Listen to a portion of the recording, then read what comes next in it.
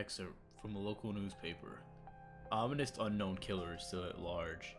After weeks of unexplained murders, the ominous unknown killer is still on the rise. After little evidence had been found, a young boy states that he survived one of the killer's attacks and bravely tells his story. "I had a bad dream, and I woke up in the middle of the night," says the boy. "I saw that for some reason the window was open, even though I remember it being closed before I went to bed. I got up to shut it once more. Afterwards, I simply crawled under my covers and tried to get back to sleep. That's when I had a strange feeling, like someone was watching me. I looked up and nearly jumped out of my bed. There, in the little ray of light, illuminating from between my curtains, were a pair of eyes. These weren't regular eyes, they were dark, ominous eyes. They were bordered in black and just plain out terrified me. And that's when I saw his mouth.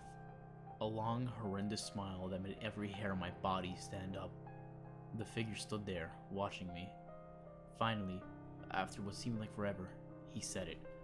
A simple phrase, but said in only a way a madman could say. He said, "Go to sleep." I let out a scream. That's what sent him at me. He pulled up a knife, aiming at my heart. He jumped on top of my bed. I fought him back. I kicked, I punched, I rolled around, trying to knock him off me. That's when my dad busted in. The man threw the knife, and it went into my dad's shoulder. The man probably would have finished him off if one of the neighbors hadn't already alerted the police. They drove into the parking lot and ran towards the door. The man turned and ran down the hallway. I heard a smash, like glass breaking. As I came out of my room, I saw the window that was pointing towards the back of my house was broken. I looked out to see him vanish into the distance. I can tell you one thing. I will never forget that face. Those cold, evil eyes and that psychotic smile. They will never leave my head. Police are still on the look for this man. If you see anyone that fits the description of this story, please contact your local police department. Jeff and his family had just moved into a new neighborhood. His dad had gotten a promotion at work, and they thought it would be best to live in one of those fancy neighborhoods. And Jeff and his brother Lou couldn't complain though. A new, better house. What was not to love? As they were getting unpacked, one of their neighbors came by. "Hello," she said. "I'm Barbara. I live across the street from you." "Well, I just wanted to introduce myself and to introduce my son." She turns around and calls her son over. "Billy, these are our new neighbors." Billy said hi and ran back to playing back in his yard. "Well," said Jeff's mom, "I'm Margaret, and this is my husband Peter, and my two sons, Jeff and Lou." They each introduced themselves, and then Barbara invited them to their son's birthday. Jeff and his brother were about to object when their mother said that they would love to. When Jeff and his family are done packing, Jeff went up to his mom. "Mom, why would you invite us to some kid's party? If you haven't noticed, I'm not just some dumb kid." "Jeff," said his mother, "we just moved here. We should show that we want to spend time with our neighbors. Now we're going to that party, and that's final." Jeff started to talk, but stopped himself, knowing that he couldn't do anything. Whenever his mom said something, it was final. He walked up to his room and plopped down on his bed. He sat there looking at his ceiling when, suddenly, he got a weird feeling. Not so much pain, but a weird feeling. He dismissed it as just some random feeling. He heard his mother call him down to get his stuff, and he walked down to get it. The next day, Jeff walked downstairs to get his breakfast and got ready for school. As he sat there eating his breakfast, he once again got that feeling, and this time it was stronger. It gave him a slight tugging pain, but once again dismissed it. As he and Lou finished breakfast, they walked down to the bus stop. They sat there waiting for the bus, and then, all of a sudden, some kid on a skateboard jumped over them, only inches above their laps. They both jumped back surprised. "Hey, what the hell?" The kid landed and turned back to them. He kicked the skateboard up and caught it with his hands. The kid seemed to be about 12, 1 year younger than Jeff. He wears an Aeropostale shirt and ripped blue jeans. Well, well, well, it looks like we got some new meat. Suddenly, two other kids appeared. One was super skinny and the other was huge. "Well, since you're new here, I'd like to introduce ourselves. Over there is Keith." Jeff and Lou looked over to the skinny kid. He had a dopey face that you would expect a sidekick to have. "And he's Troy." They looked over at the fat kid. Talk about a tub of lard. This kid looked like he hadn't exercised since he was crawling. "And I," said the first kid, "am Randy." Now, for all the kids in this neighborhood, there's a small price for bus fare, if you catch my drift. Lou stood up, ready to punch the lights out the kid's eyes when one of his friends pulled a knife on him. I had hoped you would be more cooperative, but it seems we must do this the hard way. The kid walked up to Lou and took his wallet out of his pocket. Jeff got that feeling again. Now it was truly strong, a burning sensation. He stood up, but Lou gestured him to sit down, and Jeff ignored him and walked up to the kid. Listen here, you little punk. Give back my bro's wallet or else. Randy put the wallet back in his pocket and pulled out his own knife. Oh, and what will you do? Just as he finished the sentence, Jeff popped the kid in the nose. As Randy reached for his face, Jeff grabbed the kid's wrist and broke it.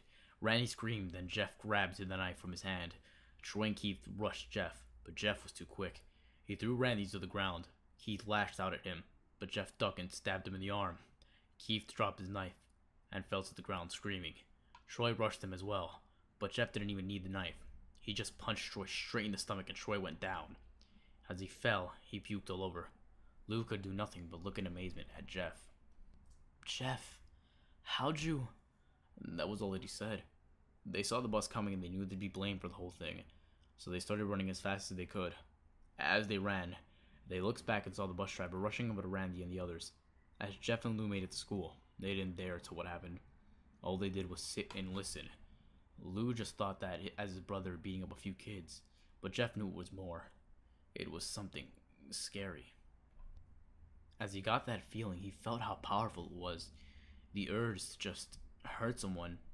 He didn't like how it sounded, but he couldn't help feeling happy. He felt that strange feeling go away and stay away for the entire day of school.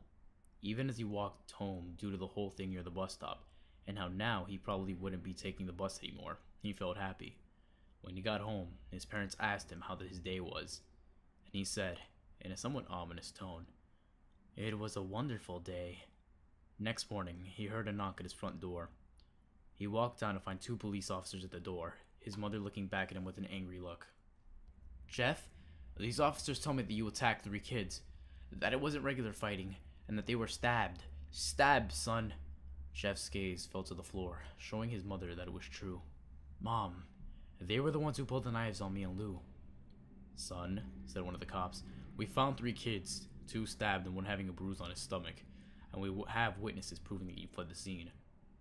Now what does that tell us? Jeff knew that it was no use. He could say him and Lou had been attacked, but then there was no proof it was not them who had attacked first. They could not say that they weren't fleeing, because truth be told they were, so Jeff couldn't defend himself or Lou. "Son, call down your brother." Jeff couldn't do it, since it was him who had beat up all the kids. "Sir, it was me. I was the one who beat up the kids. Lou tried to hold me back, but he couldn't stop me." The cop looked at his partner, and they both nod. "Well, kid, looks like you're in juvie." "Wait," says Lou. They all looked up to see him holding a knife. The officers pulled their guns and locked them on Lou. "It was me. I beat up those little punks. I have the marks to prove it." He lifted up his sleeve to reveal cuts and bruises, as if he was in a struggle. "Son, just put the knife down," said the officer. Lou held up the knife and dropped it to the ground. He put his hands up and walked over to the cops. "No, Lou, it was me. I did it." Jeff had tears running down his face. Poor bro, trying to take the blame for what I did. "Well, take me away." The police led Lou out to the patrol car. "Lou, tell them it was me. Tell them. I was the one who beat up those kids." Jeff's mother put her hands on his shoulder. "Jeff, please, you don't have to lie. We know it's Lou. You can stop."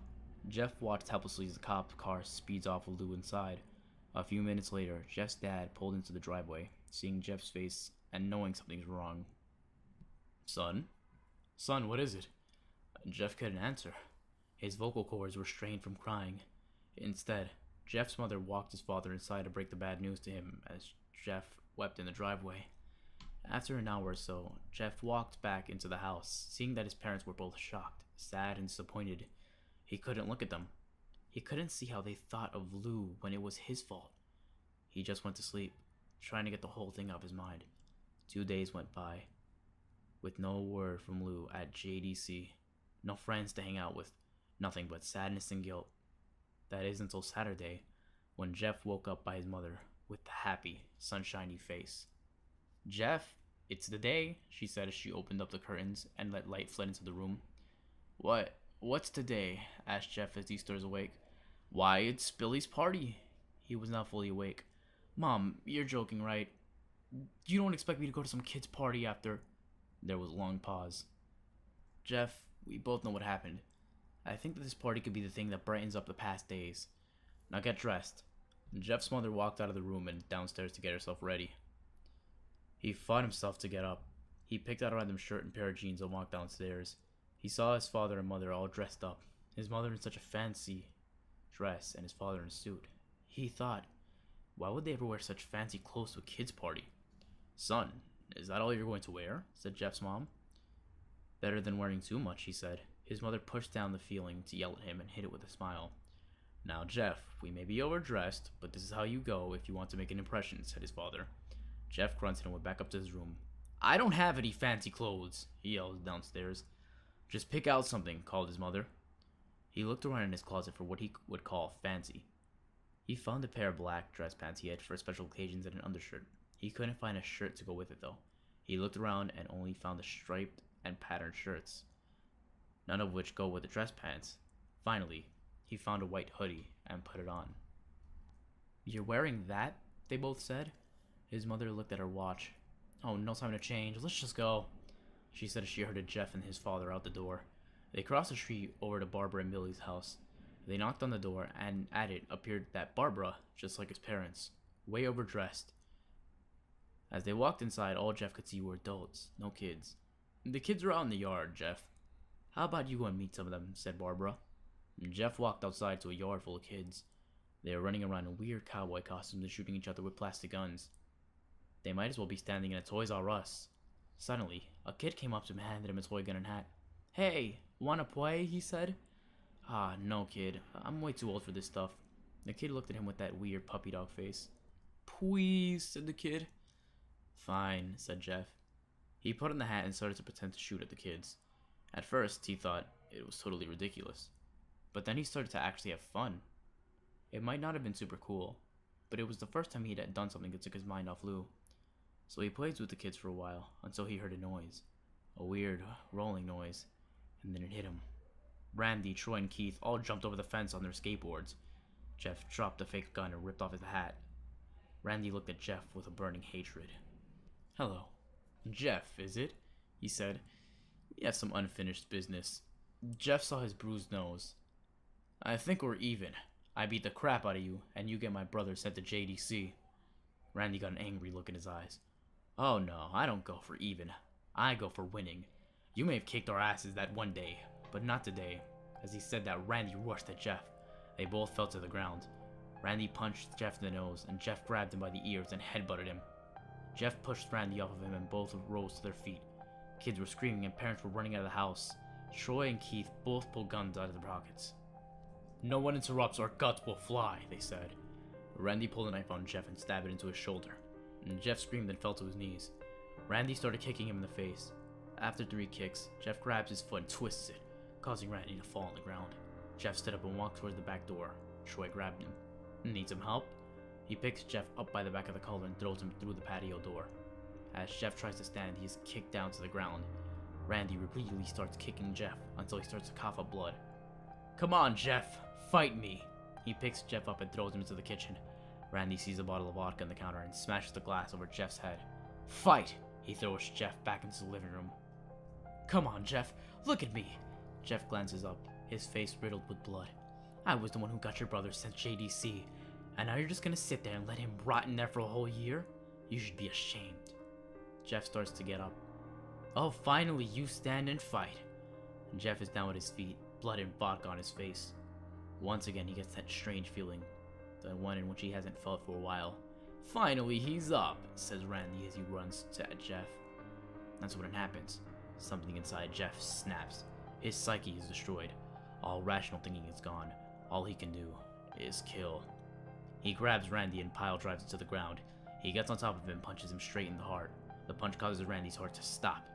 As Randy gasps for breath, Jeff hammers down on him. Punch after punch.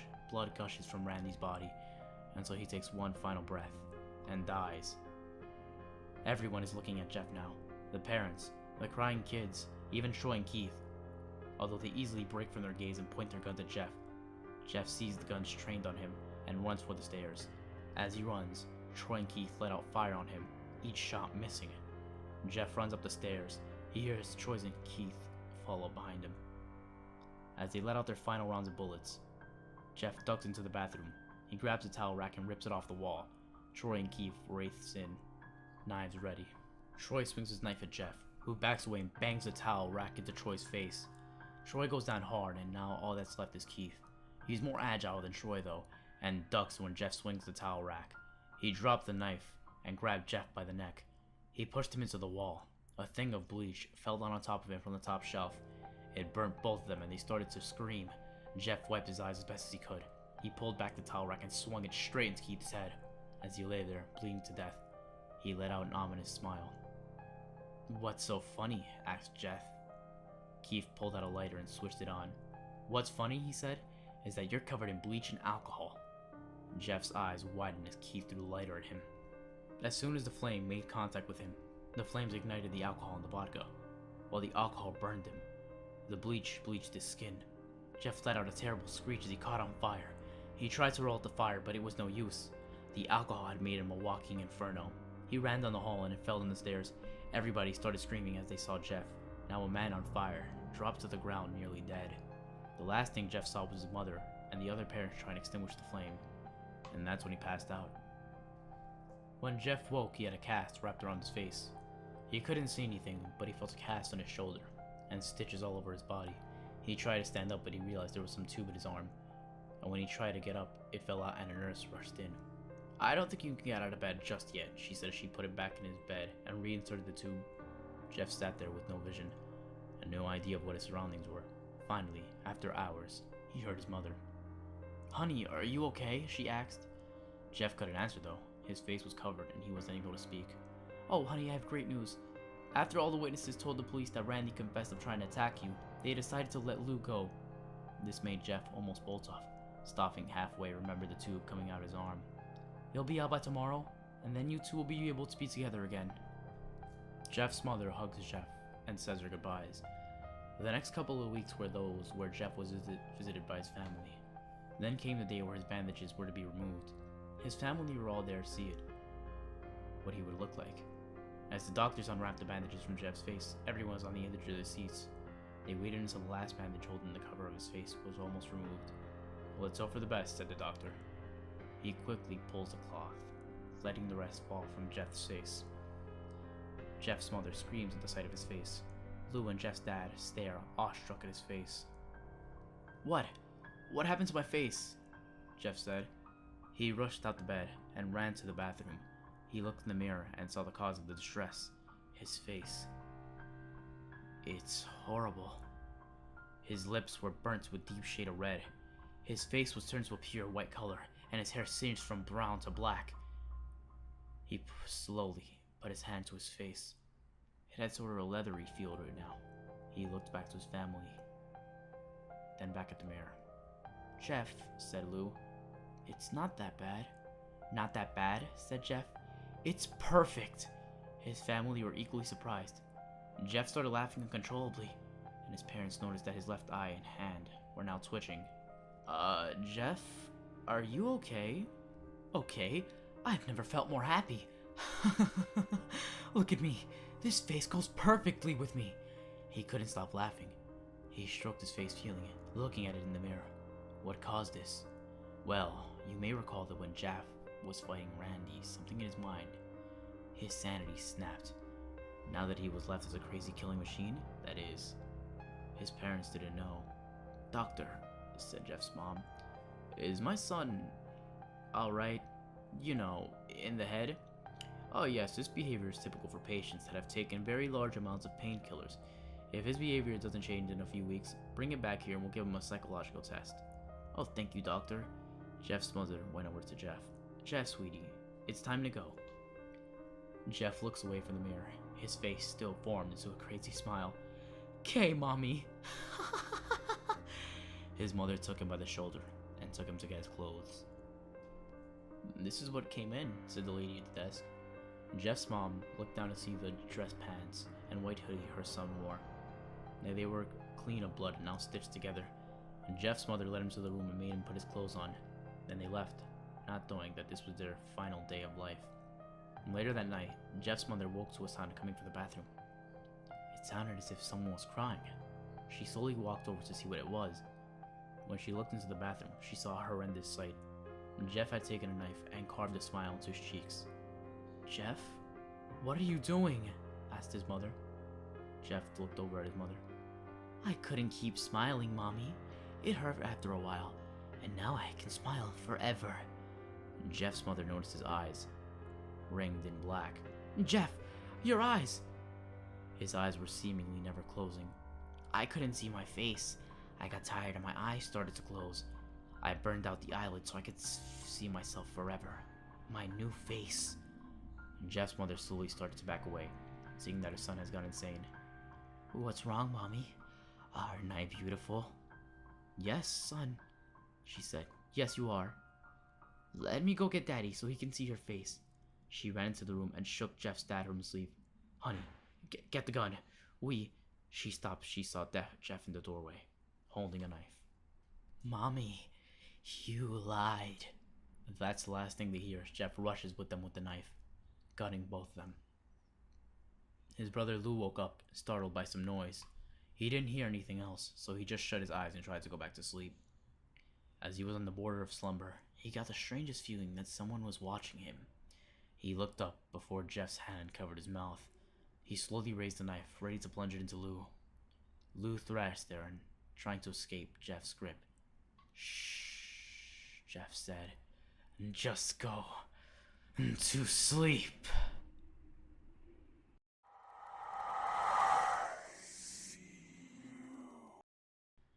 Hey everyone, it's TheNightmareHour here, and I want to thank you guys for watching this video. This is my first video, and I wanted to start out with something I'm more familiar with.